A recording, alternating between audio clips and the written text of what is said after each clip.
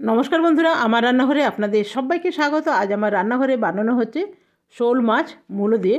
এই রান্নাটা না আমার ভীষণ ভালো লাগে, তবে আমার বাড়ির কারুরই পছন্দ না শোল মাছ মূলো দিয়ে।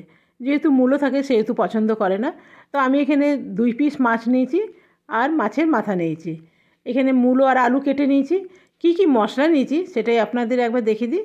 নিয়েছি পেঁয়াজ বাটা 1 চামচ আছে, 1 চামচ রসুন আর আদা বাটা আছে, আর 1 চামচ আছে জিরে বাটা। এরপরে দিয়ে দেবো নুন আর দিয়ে দেবো হলুদ। নুন হলুদ দিয়ে ভালো করে মাছের গায়ে লাগিয়ে নেব। যত ভালো করে হলুদটা লাগানো হবে না, মাছের কালারটা ভীষণ সুন্দর আসবে। তো দেখুন, এগুলো আমার মোটামুটি মাখানো হয়ে গেছে, আর মাথাগুলোর মধ্যেও আমি লাগিয়ে নিলাম। কড়াইয়ে তেল দিয়ে দিয়েছি, তেলটা বেশ গরম হয়ে এসছে। এরপরে মাথাগুলো দিয়ে দেবো। প্রথমে আমি মাছের মাথাগুলো দিলাম। মাথাগুলো একটু উল্টে পাল্টে খুব ভালো করে ভেজে নিতে হবে। তো দেখুন, মাছের মাথাগুলো আমার ভাজা হয়ে গেছে। এরপরে এগুলোকে আমি উঠিয়ে নেব।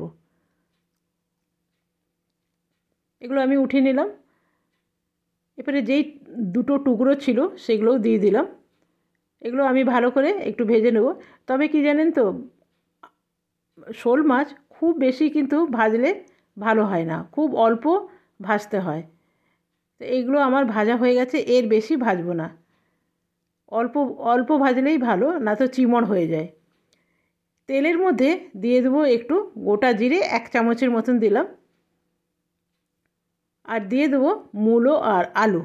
খুব কম পরিমাণে মূলো আছে, 1খানা আলু নিয়েছি, 2 খণ্ড করে কেটে নিয়েছি। দিয়ে দেবো নুন আর দিয়ে দেবো হলুদ, দিয়ে ভালো করে একটু ভেজে নেব। এরপরে দিয়ে দেবো পেঁয়াজ বাটা 1 চামচের মতন, দিয়ে দেবো রসুন আর আদা বাটা। এরপরে দিয়ে দিলাম জিরে বাটা, 3টেই 1 চামচ 1 চামচ করে আছে। এরপরে দিয়ে দেবো একটু বাটি ধোয়া জল, মশলার বাটি ধোয়া জল। এরপরে দিয়ে দেবো টমেটোগুলো বেশ লাল, আর দিয়ে দিলাম একটা তেজপাতা। তবে মশলার মধ্যে আমার লঙ্কা পেশা ছিল, সেই জন্য আলাদা করে লঙ্কা দেব না। যেহেতু টমেটো দিয়েছি সেহেতু কালারটা কত সুন্দর এসছে দেখুন। এখন টমেটোগুলো বেশ সুন্দর লাল লাল, তো কালারগুলো ভীষণ ভালো আসে। কাশ্মীরি লঙ্কা না দিলেও চলে। মশলাটা ভালো করে কষানো হয়ে গেছে। এরপরে দিয়ে দিলাম জল